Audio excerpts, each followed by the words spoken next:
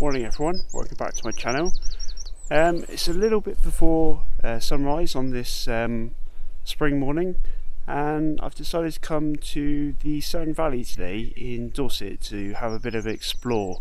I was hoping for some nice sunrise colours, and I'm starting to get a little bit now, but I don't think it's going to be quite as good as it could have been.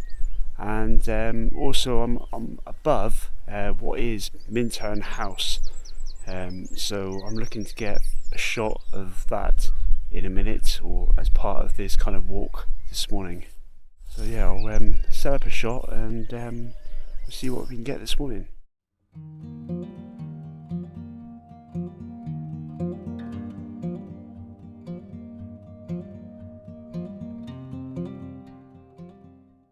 Starting to get some nice colour now, just not in the direction I want it.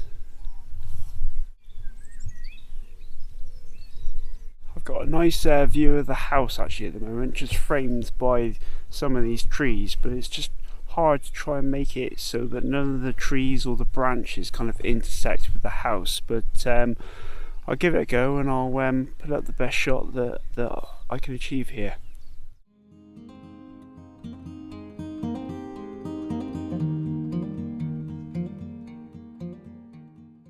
So I was intending today as well to bring this camera along, which is my Konica FS-1 that I've kind of recently purchased. I was going to head down to Abbas and I was going to finish shooting my Konica TS1 and its roll of HP5. But this camera has to be one of the most unreliable cameras that I've purchased. It's very intermittent when it wants to work. And today is one of those occasions. The batteries are fairly fresh. I haven't even shot 10 exposures with this camera yet, so I'm a little bit dumbfounded as to what to do really. I think what I might be tempted to do is just try at home with some fresh batteries and see whether I get any signs of life in the camera, and then just try and finish the roll as quick as I can in order not to waste it. But it's a very difficult camera to rely on at the moment. I'm still in the same place as I was earlier. I'm just waiting, the sun's coming up now, I'm just seeing whether I can get a little bit of what's left of golden light to show up on the actual Minterne house here. And I think after that happens, I'm going to take a wander down to a close village called Minterne, because there was supposed to be some interesting structures there. But I think after that, I think I'll curtail the length of this trip, because obviously one of the main reasons for coming out today was to shoot with this, and if it's a bit of a duck, then I'm not going to really get much out of it. So why didn't I bother buying this camera in the first place? Or you've probably seen me shoot with the other camera now, the Konica TCX, but that camera wasn't actually made by Konica itself. It was made by a company called Cerne, I believe, whereas this one was one of the later cameras that Konica made, the FS1. But it's got to be, in addition to not currently working, it's also got to be one of the loudest cameras I've ever heard in my life. You just could not be discreet with this camera, and I think that's because it's got motors in it, so when you press the shutter, it will automatically roll on to the next exposure, which sounds good in practice, but if you're out doing street photography, the last thing you want to do is alert people to your presence, unless of course you've asked their permission in the first place. Yeah, I'm getting a bit of light now on the camera, so I'm going to come over here to see how well it tracks, and I'm going to shoot with my digital camera, at least because that's the only one that's working at the moment, and capture a couple more scenes of this house.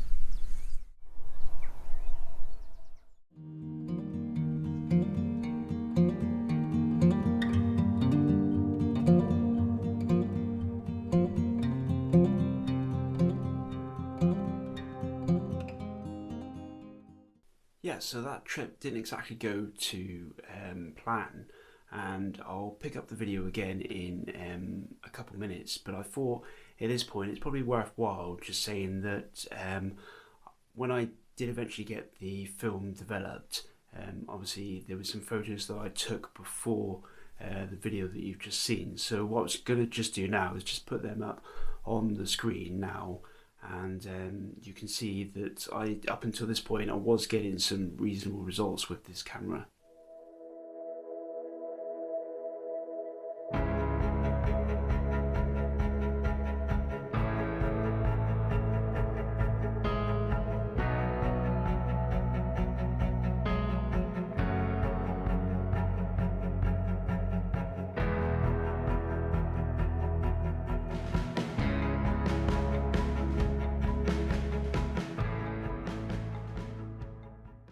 Just looking at this last image, this might give the people watching this video some kind of clue as to how the rest of the results from the second part of this video are going to go. So I know exactly what went wrong with this camera and why some of the images came out this way, and after the next part of the video I'll talk you through it. Good morning everyone, it's a few days have gone by since I shot the beginning of this video. I think I found the last remnants, hopefully this year, of muddy paths, obviously from pounding of feet, probably on daily walks in lockdown. But I'm glad I opted to wear my boots today for this return trip. So like I said, I've just bought my working Konica FS-1 today. It was in fact the batteries that were drained already after barely half a roll of film. So what I've taken to doing is detaching the battery pack, which is that, and keeping it off the camera until I actually want to use it. Then I might stand a chance of actually finishing a roll of film before needing another 4 AA batteries, which is quite significant. The other Konica I've got, the TCX, which I said earlier wasn't actually made by Konica, it was made by a company called Cerne, only takes 1 AA, so that's definitely a lot more efficient in its use of batteries, and I haven't yet had to change that battery, whereas this, I've barely finished a roll and it's already gone through 4 batteries. So anyway, like I said, while I'm talking now, I'll put on some B-roll of the area, and like I said at the beginning of this video, the aim really was to come out and finish the roll of film in this camera, HP5, Ilford HP5, and compare it with the output from the Konica TCX to see whether it is in fact actually worth persevering with this brick of a camera over the Konica TCX. But what I'll do in a minute as well is I'll put this on a tripod and fire off a shot when I finalise composition, so you can actually hear how loud this thing is. Like I said, it's certainly not a discreet street photographer's camera. Anyway, let's get back onto the muddy footpath and hopefully we'll be able to finish the roll today.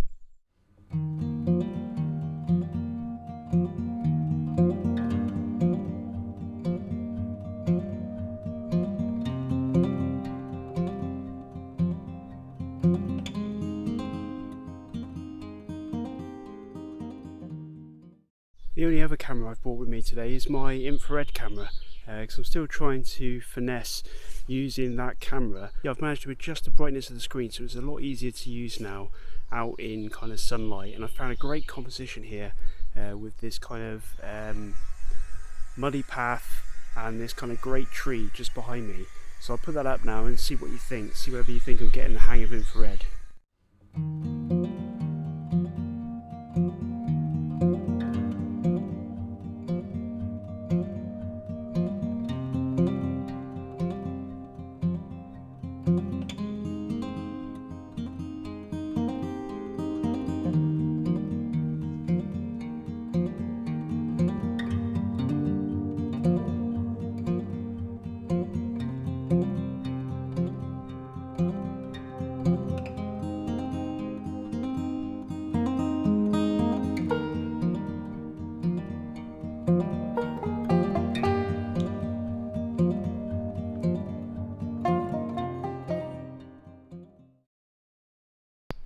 I've got the 50mm Konica Hexanon lens, f1.7, and because this is a shutter priority, at the moment I've got it at 1/500th of a second, and then that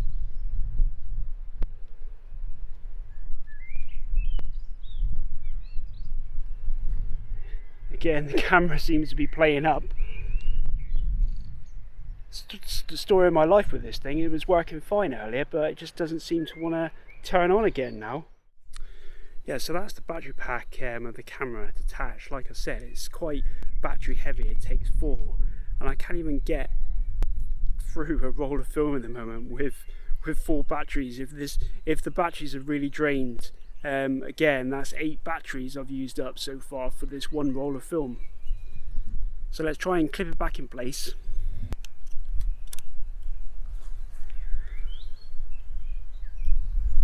Right, I've got the LED lights, so let's get moving before the battery fails again. So there's a little light up here that you press, and that indicates the self timer. So just looking through the eyepiece again, I can see the LED light now, and that's showing me an aperture of f11, which is probably a little bit too much for this scene. So if I drop the shutter speed down to 1/1000th of a second, that gives me an aperture of f8, which is probably is all I need really. So it's manual focus. So I focused pretty much infinity focus to get the church in focus. So right, so let's set a 10-second timer. So like I said, it's this button here on the dial. I press it. Yeah, so I do feel like I failed at the first outing at the beginning of the this video, and then again I failed again on this return trip really, because whilst I think Cerne Abbas is a really pretty village and the scenery around it is absolutely breathtaking, and even though it's been really great to get out, I've really struggled to find some decent compositions, especially one to kind of show you how noisy the camera is in taking pictures. But saying that, I hopefully I've got some good images from the infrared camera, which I'm still trying to learn how best to use that and for what subjects. And I'm hoping that at least a couple of the frames from this film camera will turn out all right.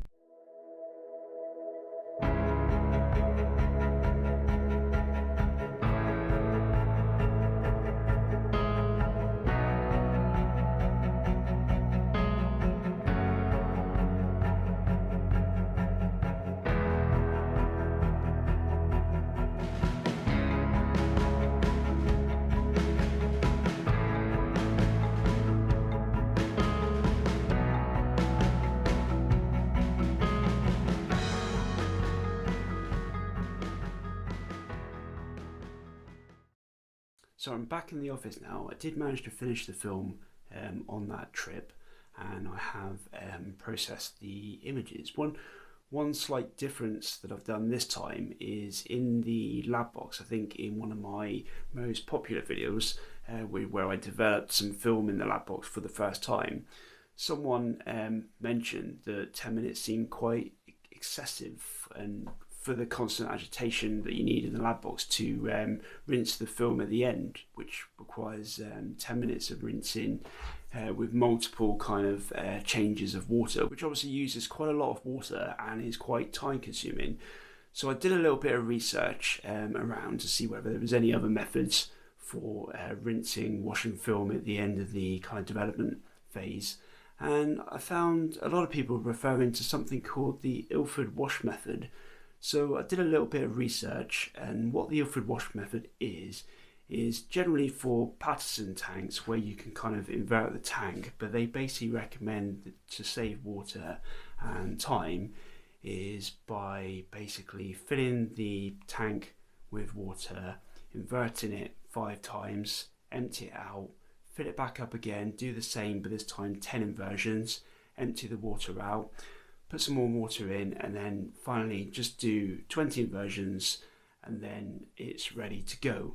But of course with the lab box you can't really invert it like that. So what I tended to do is I just did so many kind of agitations for what I think would be the equivalent of 5 inversions, and then I emptied that out, did the same for 10 and 20, and then what I tried to do is just try to get the kind of the total wash time up to about 3 to 4 minutes, and then obviously I've processed the results, and at the moment I can't tell any difference. So I'm probably going to change to that method of rinsing film in the future, until I kind of see any detrimental kind of impact that reduction in washing time has on my images.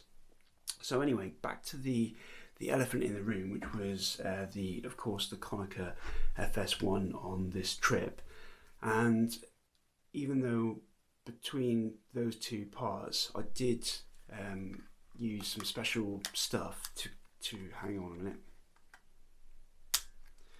I did use some special stuff to clean all the contacts in the camera, because I thought that was initially the issue. But I think the issue now, having had the same problem on that second trip, I think the problems are more terminal, unfortunately, with this camera. What I put through a test roll of film into this camera, and what I generally found is it loaded the film absolutely fine, and then it showed me the correct kind of aperture LEDs in the back for the first 6 films, and then it just kind of died.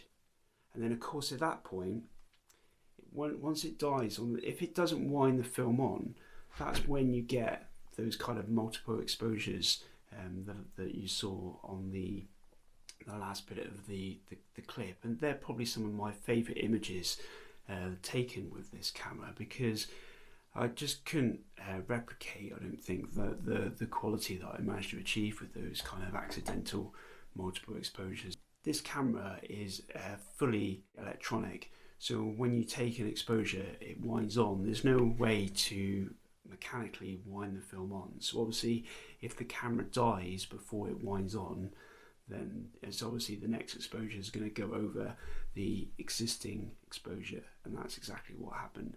So in conclusion, even though the multiple exposures were probably my favourite images in this roll of film, I'm probably not going to use this camera again, because I just want to be able to rely on the gear that I'm using, and I never know how many shots I'm going to be able to take with this. And then the fact that it doesn't then wind on the film if it does fail, it makes it a bit problematic to use. So I'll just put a test roll through again the camera, just so you can see the issues that still plague this camera. The battery's in, so if I open up the back,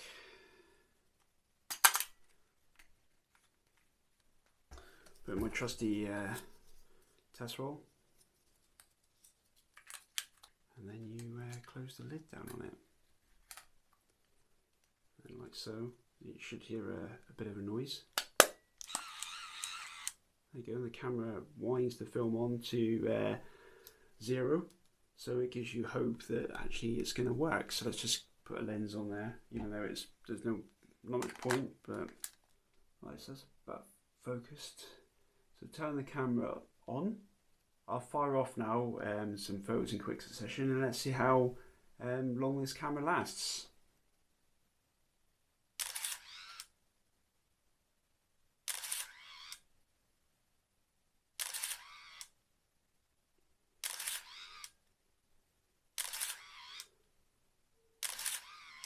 Six. So this is the longest I've ever reached before it dies. There you go. So it got to 6, and it took the image, but then it didn't wind on. So in the original video, that's when it created. Then when I got the camera back working, took another shot, that was then the multiple exposure exposed onto that particular bit of the film. So yeah, it's completely dead now. So obviously in the field, all I did was kind of try to bring it back to life by taking the batteries off, putting them back in, and then hoping that it works once, twice, 3 times, 4, 5. See, and it's stuck then again on 5. So again, If I was in the field, I'd have to take the camera, take the battery out again, put it back in.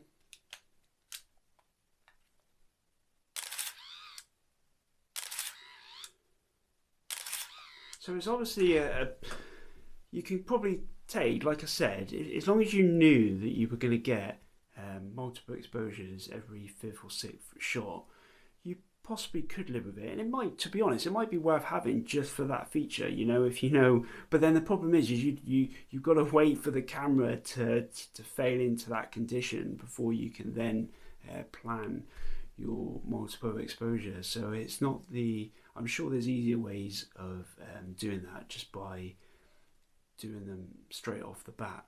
It's not like it cost me a huge amount of money, it's just a little bit frustrating, but I'm really glad that I managed to finish at least one roll of film for this video, and I got some really interesting results. Yeah, so I really hope you enjoyed that video. As I said in the video, I really struggled this time with compositions. I really like Cerne Abbas. It's only about a 20-25 minute drive from where I live, and I really like going down there. It's a really nice atmosphere, but I just really have always struggled with finding compositions down in that area for some reason. But thanks for watching. Bye for now.